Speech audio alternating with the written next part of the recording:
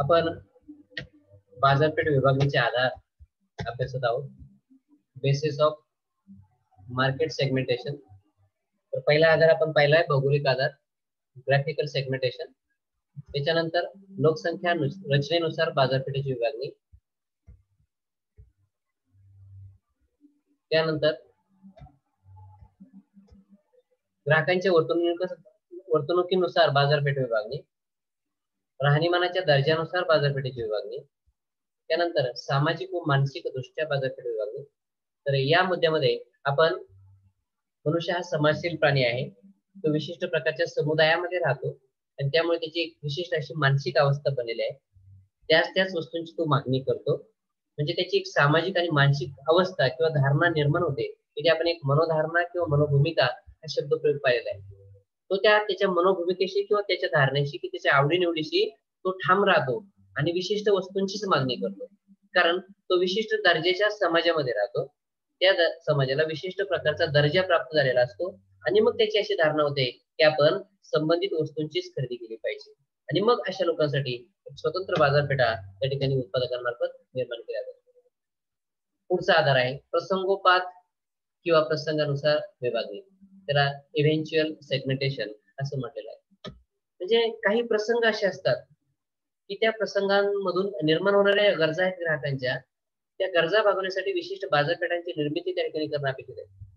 मग हे प्रसंग जे आहेत ना ते प्रासंगिक असू शकतात किंवा असे काही प्रसंग माणसाच्या आयुष्यात कधी कधीच येत असतात, ते सातत्याने येत नाही. म्हणजे माणसाचं रुटीनचं म्हणजे दैनंदिन जीवन वेगळं आणि त्या जीवनामध्ये एखाद दुसऱ्या वेळेला त्याच्या वाट्याला येणारे प्रसंग वेगळे. आता इथे अनेक उदाहरणं दिलेली आहेत, ती उदाहरणं आपण वन बाय वन पाहणार आहोत. म्हणजे विशिष्ट प्रसंगानुसार व्यक्तींच्या किंवा ग्राहकांच्या वेगवेगळ्या गरजा निर्माण होतात आणि त्या गरजा भागवण्यासाठी किंवा गरजांचा पाठपुरावा करण्यासाठी उत्पादक काय करतात, संबंधित प्रसंगी संबंधित ग्राहकांच्या गरजा भागवण्यासाठी प्रयत्न करतात किंवा त्या प्रकारच्या वस्तू विक्रीसाठी उपलब्ध करून देतात. म्हणजे तो प्रसंग त्या ठिकाणी अगदी समाधानकारकपणे ग्राहकांना फेस करता येतो किंवा त्या प्रसंगाला तोंड देता येतं किंवा त्या प्रासंगिक गरजा ज्या आहेत ग्राहकांच्या त्या भागवता येतात. इथे बघा असं लिहिलंय, काही विशिष्ट प्रसंगानुसार विशिष्ट घटनेमुळे विविध व्यक्तींमध्ये निर्माण होणारे सहचर्य किंवा सहवास यातून एक समानता लाभलेला उपसमूह निर्माण होतो. बघा, विशिष्ट असं कार्य हाती घेतलं तर ते कार्य पूर्ण करण्यासाठी विशिष्ट समुदाय जमा होतो आणि तो समूह जमा झाल्यानंतर त्या व्यक्तीमध्ये सहवास किंवा सहचर्य म्हणजे काय, इतरांबरोबरचं अस्तित्व, सहचर्य, आयसोलेटेडनेस नसतं, म्हणजे एकाकीपणा नसतो, एकांगीपणा नसतो किंवा एकटा नसतात लोक, ते समूहाने एकत्र आलेले असतात.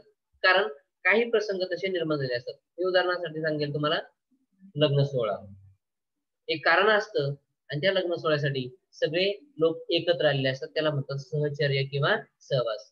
काही काळापुरतं का होईना, काही प्रसंगापुरतं का होईना, ते लोक काय करतात, एकत्र राहतात, एकत्र थांबतात आणि त्यामुळे काय होतंय, त्यांच्यामध्ये विशिष्ट प्रकारचा सहवास निर्माण होतो आणि या सहवासातून एक उपसमूह का म्हटले, समूह का म्हटलं नाही, तर हा समूह जो आहे ना तो चिरकाल टिकणारा नसतो, तो फॉर द टाइम बिंग असतो, विशिष्ट काळासाठी असतो आणि म्हणून तो उपसमूह आहे असं त्याला म्हटलं जातं.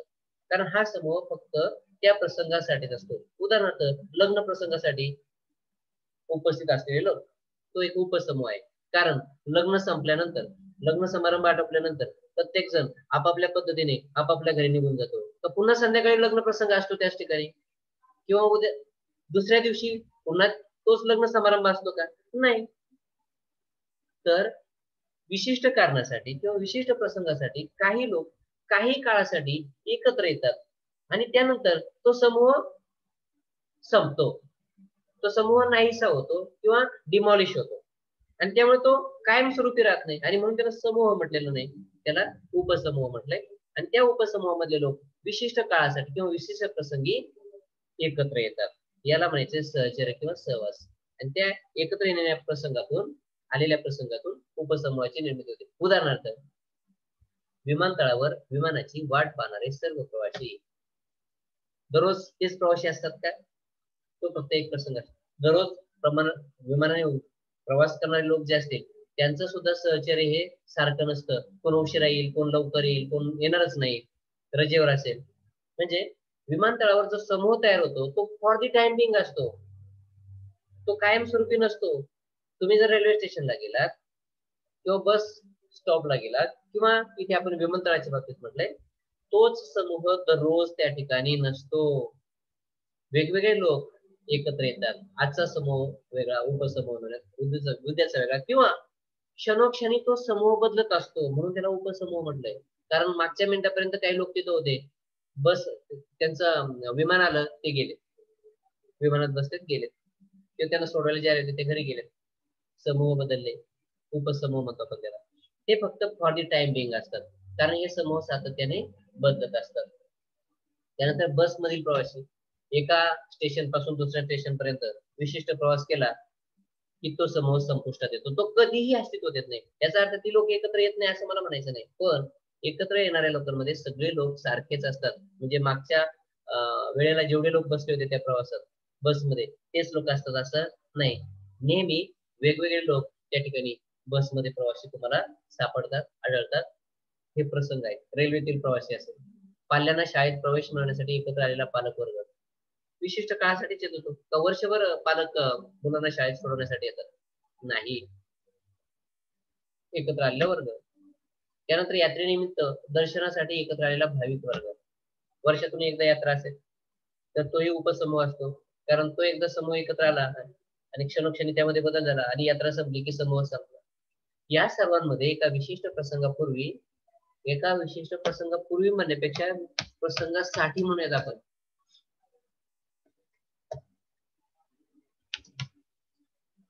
एका विशिष्ट प्रसंगासाठी नातेसंबंध निर्माण होतात. बघा, त्यांच्यात नातेसंबंध पण लवकर निर्माण होतात. बरेच लोक मित्र बनतात ना. समजा बसमध्ये प्रवास करत असतील तर त्यांच्यातून बऱ्याच लोक मित्र पण बनतात, त्यांच्यात मैत्री होते. नातेसंबंध एक विशिष्ट प्रकारचा निर्माण होतो. कुणाला मदतीची गरज असेल तर प्रत्येकाने मदतीची म्हणजे काय म्हणूयात, मदतीचा हात पुढे केला तर वेगळ्या प्रकारचं नातं त्यांच्यामध्ये निर्माण होतं. उदाहरणार्थ बसमध्ये सीटवर एक व्यक्ती बसलेली आहे अगोदर, किंवा अगोदरच दोन व्यक्ती बसले आहेत, पण एक वयस्कर व्यक्ती आहे, त्या व्यक्तीला जागा करून देणं आणि ते जागा झाल्यामुळे त्या वयस्कर व्यक्तीला जे समाधान मिळतं त्यातून एक विशिष्ट प्रकारचा नातेसंबंध निर्माण होतो. तर असा नातेसंबंध त्या समूहामध्ये निर्माण होतो. बाजारपेठेची विभागणी करताना विशिष्ट कारणाने काही काळ एकत्र आलेल्या गटाचा किंवा व्यक्ती समूहाचा या ठिकाणी विचार केला जातो. बघा, आता हा जो व्यक्ती समूह आहे तो विशिष्ट काळासाठी विशिष्ट कारणासाठी एकत्र आलेला असतो, की जो समूह पुन्हा पुन्हा एकत्र येत नाही. त्या ठिकाणी विशिष्ट प्रकारच्या बाजारपेठांची निर्मिती उत्पादक किंवा विक्रेत्यांना करावी लागते. उदाहरणार्थ यातलं कुठलंही एक उदाहरण घ्या. पाल्यांना शाळेत प्रवेश मिळण्यासाठी एकत्र आलेला पालकवर्ग. ज्या वेळेला पालकवर्ग एकत्र येतो त्यावेळेला त्यांना पिण्याच्या पाण्याची उपलब्धता, म्हणजे शाळेच्या गेट समोर पिण्याचं पाणी ठेवलं असेल किंवा स्नॅक्स असतील किंवा काही तुमचं खाद्यपदार्थ असतील, हॉटेल्स असतील, तर त्यावेळेला विक्रेते काय करतात, उत्पादक काय करतात, किंवा पुस्तकाची दुकानं असतील, स्टेशनरीची दुकानं असतील, तर त्यावेळेला त्या वस्तू त्या ठिकाणी उपलब्ध करून ठेवलेल्या असतात. बघा, तुम्ही वर्षभरामध्ये जर पुस्तकं किंवा वह्या मागायला गेलात ना तर आता शिल्लक नाहीये, मागवतो मग देतो, कारण तो एक सीझन असतो. त्या ठिकाणचा समूह तेवढ्याच काळासाठी एकत्र आलेला असतो, त्यावेळेलाच त्या वस्तूंची मागणी होते आणि मग त्या प्रसंगानुसार लोक येणार आहेत, पालक येणार आहेत, विद्यार्थी येणार आहेत, ही सगळी बाब लक्षात घेऊन उत्पादक किंवा विक्रेते काय करतात, त्या प्रसंगासाठी काही वस्तू त्या ठिकाणी विक्रीसाठी उपलब्ध करून देतात. याला म्हणतात प्रसंगोपात किंवा प्रसंगानुसार बाजारपेठेची विभागणी. ही दुकानं त्या ठिकाणी कायमस्वरूपी जरी असली तरी देखील त्या दुकानांमध्ये ऍडिशनल वस्तू त्याच वेळेला नेमक्या त्याच प्रसंगासाठी विक्रीसाठी उपलब्ध ठेवलेल्या असतात. उदाहरणार्थ शाळेमध्ये काही फॉर्म भरण्याचं काम असेल, मुलांना बऱ्याच कागदपत्रांचे झेरॉक्स ऍट अ टाइम लागत असते, तर झेरॉक्सची मागणी वाढते आणि मग त्या काळासाठी झेरॉक्सिंग मशीन त्या ठिकाणी असणं. आता बघा ना, तुम्ही ऍडमिशन घेता, ऍडमिशन फॉर्म भरता, परीक्षा फॉर्म भरता, तर तुम्हाला ऑनलाईन पद्धतीने प्रक्रिया करण्यासाठी ऑनलाईनची व्यवस्था असणं अपेक्षित आहे आणि झेरॉक्स असतात. तुम्हाला काही डॉक्युमेंट स्कॅन करून त्या ठिकाणी अपलोड करावे लागतात. मग त्या ठिकाणी स्कॅनर मशीन असेल, झेरॉक्स मशीन असेल, त्याची सुद्धा उपलब्धता असणं अपेक्षित असतं आणि म्हणून त्या काळासाठी उत्पादक किंवा विक्रेते किंवा सर्व्हिस प्रोव्हाइड करणारे त्या बाबी त्या ठिकाणी उपलब्ध करून देतात. याला म्हणतात प्रसंगोपात किंवा प्रसंगानुसार बाजारपेठेची विभागणी. उदाहरणार्थ पोळ्याचा सण आहे, पोळ्यांचा पण आहे, पोळ्याचा पण. पोळ्याच असतात का? तर अशा वेळेला मातीच्या बैलांची विक्री केली जाते का वर्षभर केली जाते? तो एक प्रसंग आहे, तो एक सण आहे आणि म्हणून तेवढ्या प्रसंगासाठी मातीचे बैल विक्रीसाठी उपलब्ध केलेले असतात. यात्रेनिमित्त दर्शनासाठी एकत्र आलेला भाविक वर्ग बघा, तो सुद्धा काही विशिष्ट काळासाठीच रांगेत उभा राहतो. रांग संपली, दर्शन झालं, समूह बदलला. याला प्रसंगोपात विभागणी. मग त्या रांगेच्या आजूबाजूला काही वस्तूंची विक्री करणारे विक्रेते किंवा उत्पादक तुमच्या लक्षात येते, बरोबर ना? खाद्यपदार्थ असतील, पूजेचं साहित्य असेल त्या ठिकाणी, तर ते विक्रीसाठी त्या ठिकाणी उपलब्ध असतं. तुमच्या रांगेच्या आजूबाजूला दोन्ही बाजूला दुतर्फा म्हणूयात दुकानं असतात. खाऊची दुकानं असतील, खेळण्याची दुकानं असतील, प्रसादाची दुकानं असतील. तर तो प्रसंग आहे आणि मग त्यासाठी ती दुकानं त्या ठिकाणी निर्माण केली. याला म्हणूयात आपण प्रसंगोपात किंवा प्रसंगानुसार विभागणी. नंतर सादर आहे विपणन विशेषानुसार विभागणी. विपणन विशेषण विशेष. विपणन विशेष म्हणजे काय? म्हणजे विशेष बाबी असतात, विशेष वस्तू असतात किंवा विशेष सेवा असतात. या बाबी विशेष प्रसंगी त्या विशेषत्वाने ग्राहकांच्या गरजा भागविणाऱ्या असतात आणि म्हणून विपणन विशेषानुसार विभागणी हा बाजारपेठ विभागणीचा आधार जो आहे तो निर्माण होतो. यामध्ये काय लिहिले ते बघूयात आपण. या प्रकारच्या विभागणीत ज्या विशेषानुसार ग्राहक आकर्षित होतो त्या आकर्षणानुसार समूह तयार केला जातो. बघा, काहींना मनोरंजन आवडतं, मनोरंजनची आवड असणारे ग्राहक, मग त्या मनोरंजनाची आवड असणाऱ्या ग्राहकांना मनोरंजनाची साधने ज्या ठिकाणी उपलब्ध आहेत किंवा जी साधनं आवश्यक आहेत ती साधनं उपलब्ध करून देण्याचं काम उत्पादक किंवा विक्रेते करतात. हे विपणन विशेष आहे. काय की विशिष्ट प्रकारचा ग्राहक वर्ग आहे त्या ठिकाणी. किंवा विपणनाचं विशेष असतं काय की या विपणनामार्फत ग्राहकांना कमी किमतीत वस्तू उपलब्ध करून देण्याचा प्रयत्न केला जातो. हे विपणन विशेष आहे. काय की कमी किमतीमध्ये दर्जेदार वस्तूंची उपलब्धता, हे विपणन विशेष. किंबहुना कधी कधी काय होतं, डिस्काउंट, वस्तूच्या किमतीमध्ये सूट देऊन वस्तूंची विक्री केली जाते. प्रत्येक वेळेला आणि प्रत्येक ठिकाणी सूट देऊनच विक्री केली जाते असं नाही. इथे काय विपणन विशेष ठरवलंय की सूट देऊन वस्तू किंवा सेवांची विक्री, आणि त्यामुळे काय होतं, ग्राहक आकर्षित होतात. बऱ्याचदा काय होतं, एका वस्तूवर दुसरी वस्तू free, by one get one free, हे विपणन विशेष आहे बघा. त्यामुळे काय होते, या विपणन विशेषामुळे जे ग्राहक आहेत ते आकर्षित होतात आणि त्या वस्तूंची खरेदी करण्याचा कल त्यांचा वाढतो आणि मग त्यानुसार एक समूह तयार होतो. म्हणजे उदाहरणार्थ कोपरगाव शहरामध्ये डीएन मार्ट नावाचं ग्रोसरीचं दुकान आहे, मार्केटच म्हणत आपण आता, किराणा मालाचं दुकान, किराणा मालाची विक्री करणारं दुकान. तिथे अनेक विपणन विशेष वापरले जातात. म्हणजे बल्की आयटम्स खरेदी केली तुम्ही एकाच वेळेला तर तुम्हाला त्या वस्तूच्या किमतीमध्ये सूट दिली जाते. उदाहरणार्थ तेलाचा डब्बा असेल, 5 साबण असतील एकत्र मिळून, हे विपणन विशेष आहे. आणि त्यामुळे काय होते की ते विशिष्ट ग्राहक वर्ग आकर्षित होतो. विशिष्ट म्हणण्यापेक्षा सर्वच प्रकारचा ग्राहक वर्ग आकर्षित होतो, कारण तुम्ही जी खरेदी करता त्या खरेदीवर तुम्हाला दिवसभरातून सूट मिळते. म्हणजे तुमचे 1000 रुपये ज्या ठिकाणी तुम्हाला ऑफर करावे लागतील, खर्च करावे लागतील, तिथे जर तुमचे 800 रुपये खर्च होत असतील, 200 रुपयांची बचत होत असेल, अनेक वस्तू खरेदी केल्यानंतर प्रत्येक वस्तूच्या किमतीमध्ये जर सूट मिळाली तर तुमचा 200 रुपयांचा फायदा झाला. मग कोण खरेदीसाठी जाणार नाही? म्हणून अशा विपणन विशेषानुसार काय होते, ग्राहक वर्ग आकर्षित होतो आणि त्यामुळे विशिष्ट प्रकारचा समूह तयार होतो त्या ठिकाणी आणि त्या समूहाच्या गरजा पूर्ण करण्यासाठी बाजारपेठेची विभागणी त्या ठिकाणी केली जाते. बघा, तुम्ही पाहताय की बऱ्याच ठिकाणी बऱ्याच गोष्टी नावलौकिक प्राप्त आहेत. म्हणजे त्या गोष्टींना, त्या वस्तूंना विशेष स्थान प्राप्त झालेलं आहे. विपणन विशेष आपण त्याला म्हणू, त्याला विशेष स्थान प्राप्त होतं. उदाहरणार्थ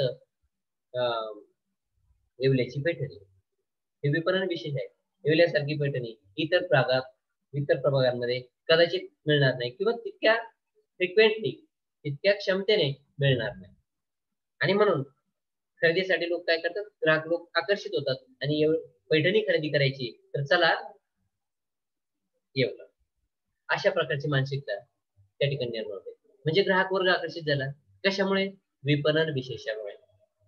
त्या वस्तूची खासियत अशी आहे की तशा प्रकारची वस्तू दुसरीकडे कुठे अवेलेबल नाही. मग तुमच्या लक्षात असलेली बरीच दुकानं, मग ते तुमचं फरसांचं दुकान असेल, तुमचं ज्यूसचं दुकान असेल, थंड पेयांचं असेल, किराणा मार्केट असेल, किराणा दुकान असेल, कपड्याचं दुकान असेल, अशी बरीच दुकानं आहेत की जी तुमच्या निदर्शनात आहेत की ज्या दुकानांना काही विशेष प्राप्त झालेले आहे, विपणन विशेष प्राप्त झालेलं आहे. म्हणजे इतरांपेक्षा त्यांचं अस्तित्व वेगळं आहे हे तुमच्या लक्षात आलेलं असतं, किंवा क्वालिटी किंवा दर्जा हा उत्तम आहे हे तुमच्या लक्षात आलेलं असतं. आणि त्यामुळे काय होतंय, तुम्ही त्या दुकानाकडे वस्तू खरेदी करण्यासाठी आकर्षित होता आणि म्हणून पुन्हा पुन्हा तुम्ही त्या वस्तूंची खरेदी करता, त्याच ठिकाणी तुम्ही विजिट करता. पुढे त्यासाठी म्हटले बघा, विशेषतः त्यांच्या वस्तू व म्हटले वस्तू व सेवा म्हणत आपण, काय अर्थ आहे वस्तू व सेवा. वस्तू व सेवा पुन्हा खरेदी केल्या जाणाऱ्या वस्तूबाबत अशा प्रकारची विभागणी उपयुक्त ठरते. बघा, सातत्याने रिपीटेडली त्या वस्तू आवश्यक असतात. मी तुम्हाला किराणा दुकानाचं उदाहरण सांगितलं. किराणा दुकानातून तुम्हाला सातत्याने तो किराणा संपला की रिपीटेडली पुन्हा तो किराणा खरेदी करण्यासाठी जावंच लागतं. आणि मग काय होतंय, तुम्हाला जेव्हा पुन्हा वस्तू खरेदीची गरज वाटते तेव्हा तुम्ही काय करता, तुम्ही ज्या ठिकाणी विपणन विशेषानुसार तिथे वस्तू खरेदी केली होती त्याच ठिकाणी पुन्हा ती वस्तू खरेदी करायला जाता. आणि त्या ठिकाणी उत्पादक किंवा विक्रेते अशा प्रकारच्या वस्तू विक्रीसाठी उपलब्ध करून देतात. त्या समूहाच्या गरजा वस्तू व सेवांविषयीच्या पूर्ण होतील यासाठी उत्पादक किंवा विक्रेते प्रयत्न करतात. आणि त्यामुळे काय होते, विशिष्ट प्रकारच्या, विशिष्ट दर्जाच्या, विशिष्ट वस्तू विशिष्ट ठिकाणीच मिळतात आणि त्या खरेदी करण्यासाठी ग्राहक वर्ग निश्चितपणे त्या ठिकाणी आकर्षित होतो. तुमच्या बाबतीत आता मी सांगायला नको, तुमच्या बाबतीत असं बऱ्याचदा घडलं असेल, तुम्हाला पुन्हा असं वाटलं असेल की आपण संबंधित वस्तू खरेदी करण्यासाठी विशिष्ट दुकानातच जायचं. उदाहरणार्थ एखादा ड्रेस तुम्ही खरेदी केला आणि तो तुम्हाला खूप आवडला, त्याचा दर्जा किंवा गुणवत्ता खूप चांगली होती आणि मग जेव्हा केव्हा तुम्हाला पुढच्या वेळेला ड्रेस खरेदी करायचा असेल तर तुम्ही बाकीचं सगळं विसरता. तुम्ही ज्या ठिकाणी ड्रेस खरेदी केला होता, कपडा खरेदी केला होता, तेच ठिकाण खरेदीसाठी निवडता. आणि म्हणून इथे म्हटलंय विशेषतः त्यांच्या वस्तू व सेवा पुन्हा खरेदी केल्या जाणाऱ्या वस्तूबाबत अशा प्रकारची विभागणी उपयुक्त ठरते. ज्या वस्तूंची पुन्हा खरेदी करावी लागते अशा वस्तूंच्या बाबतीत विपणन विशेष जे आहे ना ते लागू होतं. आणि म्हणून ग्राहक सातत्याने त्या वस्तू आणि सेवांकडे आकर्षित ठेवले जातात. यासाठी उत्पादक किंवा विक्रेते काय करतात, विपणन विशेषानुसार बाजारपेठेची विभागणी करतात आणि विशिष्ट ठिकाणी विशिष्ट प्रकारच्या वस्तू विक्रीसाठी उपलब्ध करून देतात. त्यानंतर औद्योगिक वस्तूंच्या व सेवा उद्योगात देखील वरील आधार विचारात घेऊन बाजारपेठेची विभागणी करण्यात येते. औद्योगिक वस्तू आणि सेवा उद्योग. औद्योगिक वस्तू कशाला म्हणायचं रे बाळांनो?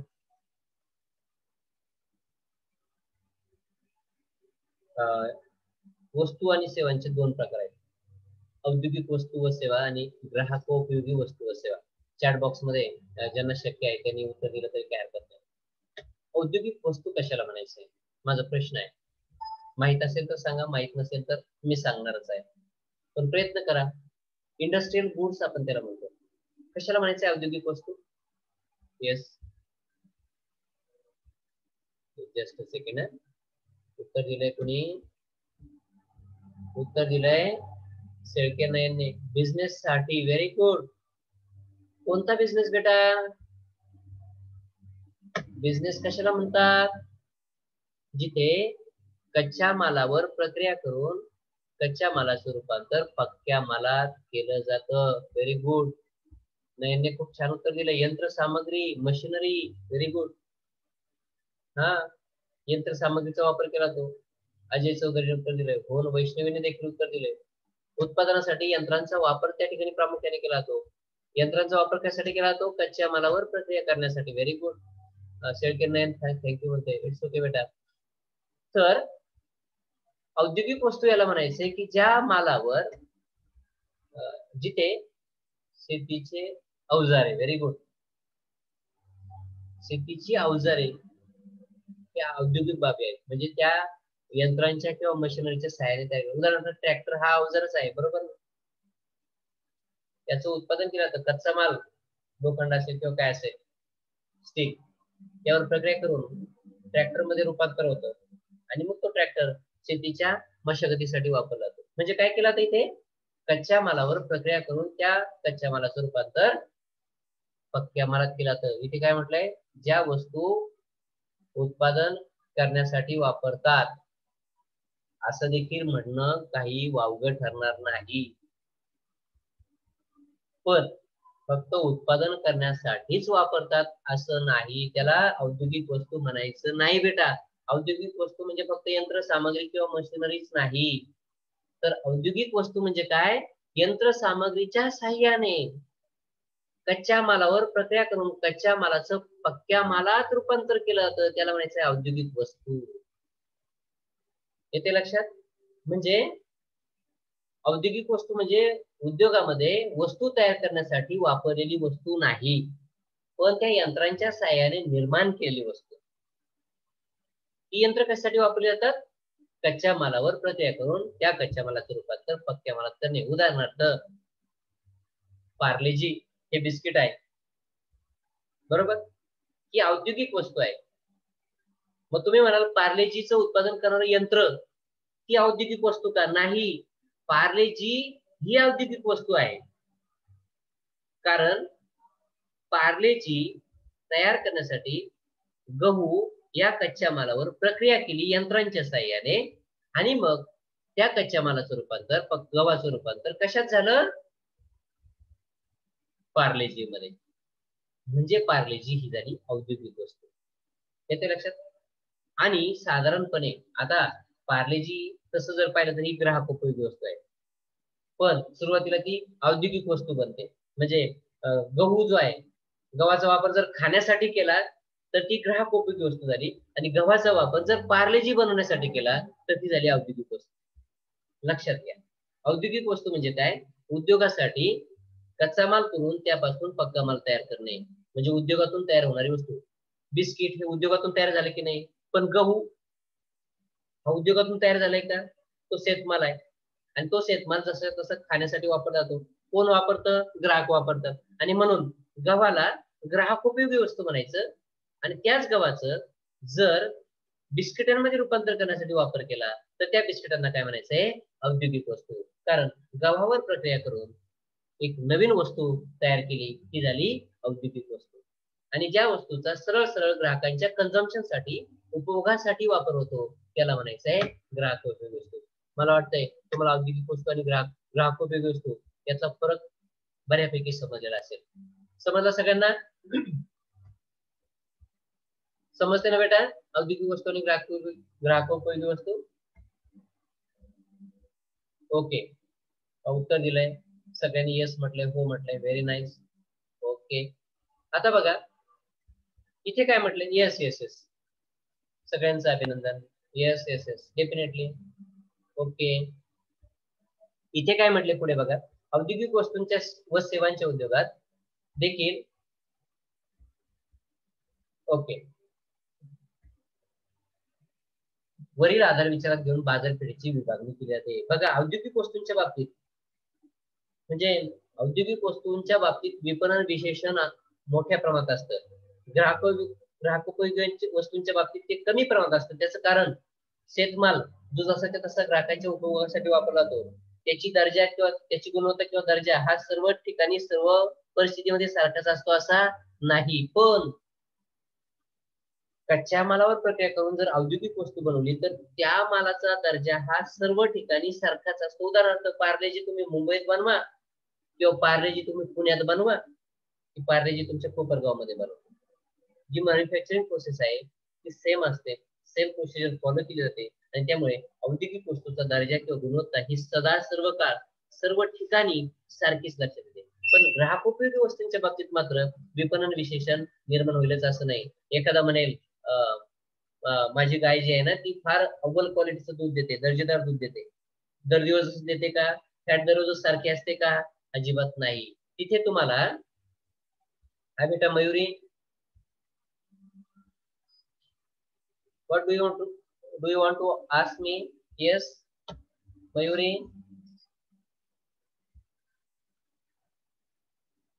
do you want to ask anything? Okay.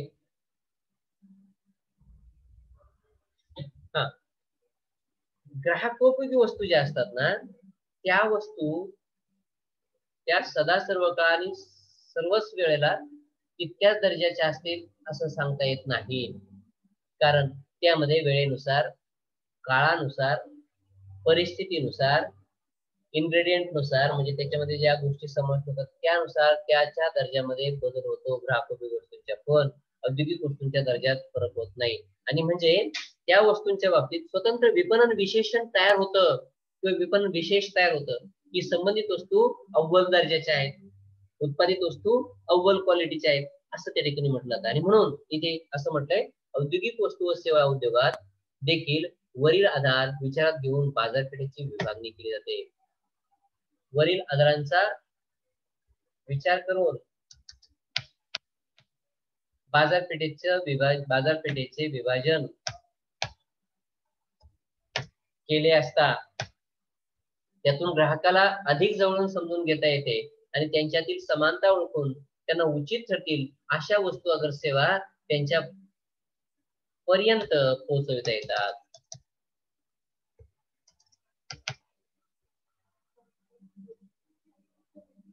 त्यांच्यापर्यंत पोहोचविता येतात.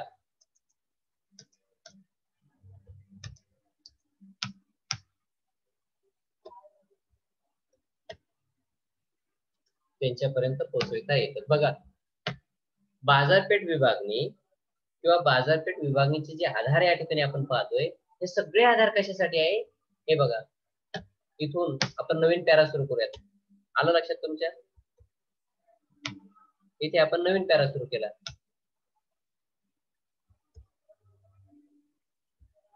बघा,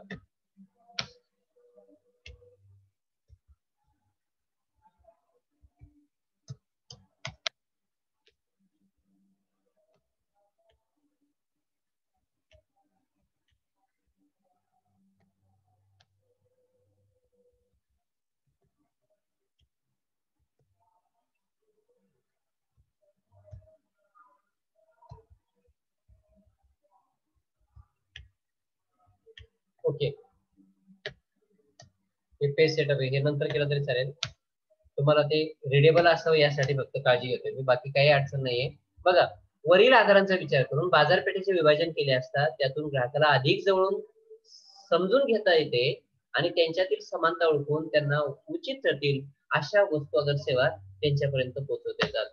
बघा, तुम्ही बाजारपेठ विभागाची व्याख्या समजावून घेत असताना हे जे शेवटचं वाक्यप्रयोग आहे ना समारोपाचं ते लक्षात येईल. काय म्हटले ते? वरील आधारांचा विचार करून. तुम्ही जेवढे 6-7 आधार शिकलात हा 7वा बेस होता बाजारपेठ विभागणीचा. येते लक्षात? कितवा? 7वा आधार, 7वा बेस. ठीक आहे. तर उपरोक्त 6 आधार सुद्धा जर तुम्ही विचारात घेतले तर काय होतंय? वरील सर्व आधारात विचार घेऊन बाजारपेठेचं विभाजन जर केलं तर ग्राहकाला अधिक जवळून समजून घेता येतं. म्हणजे ग्राहकाला समजून घेणे म्हणजे त्याच्या गरजा काय आहेत, त्याच्या आवडीनिवडी काय आहेत, त्याचं उत्पन्न काय आहे, त्याचं शिक्षण काय आहे, त्याचं वय काय आहे, ह्या सगळ्या गोष्टी समजावून घेता येतात आणि त्यांच्यातील समानता ओळखून त्यांना उचित ठरतील अशा वस्तू अगर सेवा त्यांच्यापर्यंत पोहोचवतात. त्यांच्यातील समानता ओळखून, बघा, त्यांच्यातील समानता म्हणजे समान गरजा किंवा समान आवडीनिवडी असणाऱ्या ग्राहकांचा गट किंवा समूह लक्षात येतो किंवा तयार केला जातो. त्यांच्यातील समानता ओळखायची म्हणजे काय? सारख्या गरजा असणारे ग्राहक कोणते आहेत हे ओळखणे. आणि तुम्ही बाजारपेठ विभागणीच्या व्याख्यामध्ये नेमके हे शिकलात. काय शिकलात? काय शिकलात तुम्ही बाळांनो? बघा, बाजारपेठ विभागणी म्हणजे विशिष्ट आधार समोर ठेवून एकूण बाजारपेठेचे विविध गटांत विभाजन करणे होय. मग हे विभाजन कसं केलं जातं? बाजारपेठ विभागणी म्हणजे बाजारातील खरेदीदारांच्या त्यांच्या विविध वस्तूंच्या गरजेनुसार विविध गटांमध्ये विभागणी केली जाते. म्हणजे त्यांच्या गरजा कोणत्या आहेत यानुसार स्वतंत्र गट निर्माण केला जातो. त्यानंतर विभागणी कोणत्या आधारावर केली जाते? स्त्री पुरुष ग्राहक, विविध वयोगट, रुची व भिन्नता, आवड निवड, उत्पन्न, त्यांच्यातील भेद. भेद म्हणजे फरक. त्याला आपण भेद या शब्दाला पर्यायी शब्द फरक असं पण म्हणू शकतो. बदल काय आहे त्यांच्यात या आधारे ग्राहकांचे केलेले विभाजन किंवा त्यांचे निर्माण केलेले उपसमूह, समानता असणारे ग्राहकांमध्ये समानता असणारे उपसमूह निर्माण केले जातात. याला बाजारपेठ विभागणी असे म्हणतात. म्हणजे ग्राहकांच्या विविध गरजा, ग्राहकांची वय, ग्राहकांचं उत्पन्न, ग्राहकांच्या आवडीनिवडी, स्त्री ग्राहक, पुरुष ग्राहक, ग्राहकांचं उत्पन्न, ग्राहकांच्या गरजा यानुसार ग्राहकांचं विविध गटांमध्ये विभाजन केलं जातं. हे बघा, बाजारपेठेचे म्हणजे ग्राहकांचे. या बाजारपेठेच्या शब्दाला ग्राहकांचे हा पर्यायी शब्द वापरला जातो. बाजारपेठेचे म्हणजेच ग्राहकांचे विविध गटात विभाजन करणे म्हणजे मार्केट सेगमेंटेशन, बाजारपेठ विभागीकरण होय. आली ही बाब सगळ्यांच्या लक्षात? ठीक आहे. तर अशा पद्धतीने बाजारपेठ विभागणी म्हणजे काय, त्यानंतर बाजारपेठ विभागणीचे फायदे, की ज्याला आपण महत्व म्हटलं, इम्पॉर्टन्स. त्यानंतर बाजारपेठ विभागणीचे तोटे, की ज्याला आपण मर्यादा म्हटले. आणि हे फायदे तोटे कुणाच्या अनुषंगाने अभ्यासलेत आपण? उत्पादक किंवा विक्रेते यांच्या अनुषंगाने अभ्यासलेत. त्यानंतर बाजारपेठ विभागणीचे आधार. पहिला आधार होता भौगोलिक क्षेत्रानुसार, म्हणजे भौगोलिक क्षेत्रातला समूह आहे तो ग्राहकांचा. त्यानंतर लोकसंख्या रचनेनुसार लोकसंख्येची अशा प्रकारची रचना झाली की त्यामध्ये काही वयोगटाचे, काही स्त्री ग्राहक, काही पुरुष ग्राहक, कुटुंबामधले ग्राहक, शैक्षणिक पात्रता धारण केलेले ग्राहक एकत्र आले, जात किंवा धर्मानुसार एकत्र आलेले ग्राहक, राष्ट्रीयत्वानुसार म्हणजे भारतीय ग्राहक म्हणतो आपण त्याला, त्यानुसार एकत्र आलेले ग्राहक, अशा प्रकारे ग्राहकांचं विभाजन केलं जातं. नंतर ग्राहकांच्या वर्तणुकीनुसार, वागणुकीनुसार बाजारपेठ विभागणी म्हणजे विशिष्ट वस्तूंचाच वापर करणारा ग्राहक, वस्तू वापराचा अनुभव असणारा ग्राहक, वापराविषयी उत्सुकता असणारा ग्राहक आणि नियमित वापर करणारा ग्राहक वस्तूंचा, अशा प्रकारे विभागणी केली जाते. नंतर राहणीमानाच्या दर्जानुसार ग्राहकांचं राहणीमान कसं आहे, ते पाश्चिमात्य आहे, पौरात्य आहे, की पारंपरिक आहे, की निम्न पाश्चिमात्य आहे, की टोटल देशी पद्धतीचं आहे, त्यानुसार ग्राहकांचे वेगवेगळे विभाग त्या ठिकाणी होणार. सामाजिक व मानसिक दृष्ट्या विभागणी, एक समाजातील ग्राहकांची विशिष्ट प्रकारचा सामाजिक वर्ग किंवा माणसाची मानसिक मनोधारणा निर्माण होते आणि त्यातून त्याच वस्तूंची ते खरेदी करतात. त्यानंतर प्रसंगानुसार विशिष्ट प्रसंग निर्माण होतात आणि त्या प्रसंगानुसार ग्राहक वस्तूंची खरेदी करतात. आणि विपणन विशेषानुसार म्हणजे काही वस्तूंची किंवा सेवांची अशी खासियत असते की त्यामुळे ग्राहक त्या वस्तू आणि सेवांकडे आकर्षित होतात. मग असे ग्राहक कोणते आहेत हे ओळखलं जातं आणि त्यांचा एक समूह तयार होतो. तर विपणन विशेषानुसार विभागणी म्हणतात. अशाच पद्धतीने त्यांना त्या ठिकाणी त्या वस्तू विक्रीसाठी उपलब्ध ठेवलेल्या असतात, खरेदीसाठी उपलब्ध करून दिलेल्या असतात. आणि अशा प्रकारे बाजारपेठ विभागणी म्हणजे काय ही संकल्पना आपल्याला समजावून घेता येते. इथे लक्षात सगळ्यांच्या. आता याच प्रकरणामधल्या नवीन संकल्पनेकडे आपण जाणार आहोत. मला वाटते बाजारपेठ विभागणी हा पार्ट जो आहे ना, तो आपण एक 3-4 तासांसाठी म्हणून पाहिलेला आहे, एका तासात संपवलेला नाही. म्हणजे ते मला शक्य होतं की एका तासामध्येच मी तुम्हाला बाजारपेठ विभागणी म्हणजे काय, बाजारपेठ विभागणीचे फायदे तोटे हे सांगून बाजारपेठ विभागणीचे जे आधार आहेत ना ते फक्त एका तासात किंवा अर्ध्या तासात मी तुम्हाला समजावून सांगू शकत होतो. पण मी मात्र तसं केलेलं नाहीये. मी तुम्हाला बाजारपेठ विभागणी ही पुरेशा प्रमाणात समजावी यासाठी रिपीटेडली त्या संदर्भात सातत्याने गायडन्स केलेला आहे. आणि म्हणून बाजारपेठ विभागणीचे आधार पूर्णपणे तुम्ही लक्षात घ्या आणि त्या पद्धतीने त्याचा अभ्यास करण्याचा प्रयत्न करा. आपलं सिलेबस मधलं पहिलं पुढचं टायटल आहे बाजारपेठ विभागणीची प्रक्रिया.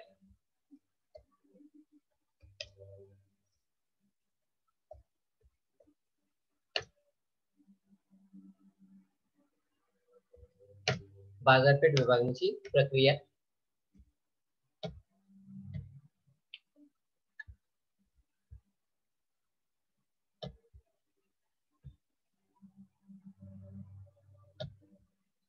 तर बाजारपेठ विभागणीचे आधार शिकल्यानंतर आपल्याला आता बाजारपेठ विभागणीची जी प्रक्रिया आहे ती समजावून घेणं अपेक्षित आहे. तर बाजारपेठ विभागणीच्या प्रक्रियेमध्ये एक साधारणपणे 7 मुद्द्यांचा समावेश आपल्याला केलेला आढळून येतो. त्यातला पहिला मुद्दा आहे वस्तूसाठी मुख्य किंवा प्रमुख बाजारपेठेचा शोध घेणे.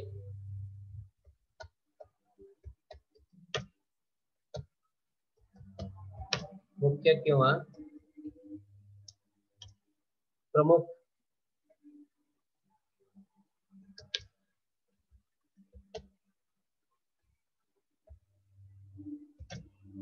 बाजारपेठेचा शोध घेणे.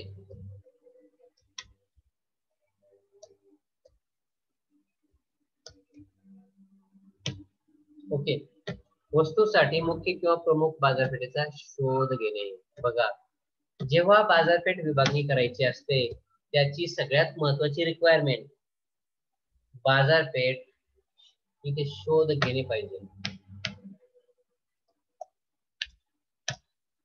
बाजारपेठ विभागणी करण्यासाठी पहिली रिक्वायरमेंट किंवा पहिली क्रिया पार पाडावी लागते ती कोणती? वस्तूसाठी मुख्य किंवा प्रमुख बाजारपेठेचा शोध घेणे. म्हणजे उत्पादित वस्तू नेमकी कोणत्या बाजारपेठेमध्ये विकायची आहे अशा बाजारपेठेचा शोध पहिल्यांदा घेतला जातो. शोध कार्य, बाजारपेठेचा शोध घेण्याचं कार्य. बघा, बाजारपेठ विभागणीच्या प्रक्रियेमध्ये पहिली क्रिया किंवा पहिलं कार्य बाजारपेठेचा शोध घेणे. म्हणजे बाजारपेठेचा शोध घेतल्याशिवाय किंवा कोणत्या बाजारपेठेमध्ये वस्तू विक्रीसाठी ठेवायची आहे हे सांगितल्याशिवाय किंवा हे समजावून घेतल्याशिवाय तुम्हाला संबंधित वस्तू बाजारपेठमध्ये किंवा विभागणी केलेल्या बाजारपेठेमध्ये पर्टिक्युलर बाजारपेठेमध्ये विक्रीसाठी उपलब्ध करून देता यायची नाही किंवा देता येत नाही. त्यासाठी वस्तू किंवा सेवा कोणत्या बाजारपेठेतून विक्रीसाठी उपलब्ध करून द्यायची आहे किंवा त्यासाठी कोणती बाजारपेठ उपलब्ध आहे त्याचा शोध घ्यावा लागतो. आता बाजारपेठेचा शोध घेणे म्हणजे कशाचा शोध घेणे? ग्राहकांचा शोध घेणे. मी वारंवार सांगतोय तुम्हाला, बाजारपेठेलाच ग्राहक असं म्हणतात. येते लक्षात तुमच्या? बाजारपेठ म्हणजे काय की जिथे ग्राहक असतात, आणि ग्राहक म्हणजे काय? ग्राहक कुठे असतात? बाजारपेठेत असतात. आणि म्हणून ग्राहकांनाच बाजारपेठ असं म्हणतात. ग्राहक नसतील तर बाजारपेठेचं अस्तित्वच निर्माण होणार नाही. म्हणून प्रत्यक्ष ग्राहक म्हणजेच बाजारपेठ असं आपल्याला त्या ठिकाणी सांगता येतं. ठीक आहे, आपली वेळ संपते बेटा. आता आपण बाजारपेठ विभागणीची जी प्रक्रिया आहे ना ती नेक्स्ट लेक्चर पासून सविस्तरपणे पुन्हा एकदा समजावून घेणार आहोत. आपण जस्ट या संकल्पनेला सुरुवात केली. तर ही प्रक्रिया समजावून घेत असताना एकूण 7 क्रिया आहेत. त्यातली पहिली क्रिया होती वस्तूसाठी मुख्य किंवा प्रमुख बाजारपेठेचा शोध घेणे. ठीक आहे, चालेल. थांबूयात आपण आता इथे. कोणत्याही क्षणी आपलं लेक्चर बंद पडू शकणार आहे. मीनवाईल लेक्चर सुरू असताना तुम्हाला काही संकल्पना समजल्या, तुम्हाला काही वाटलं की सरांशी शेअर करायचे, तर तुम्ही चॅट बॉक्स मध्ये तुमचा अभिप्राय, मत नोंदवून माझ्यापर्यंत ते पोहोचू शकता. कारण जेव्हा चॅट बॉक्स मध्ये काही चॅटिंग झालेली असते तेव्हा मी लगेचच ते ओपन करून पाहतो. म्हणजे ज्यावेळेला लेक्चर सुरू असतं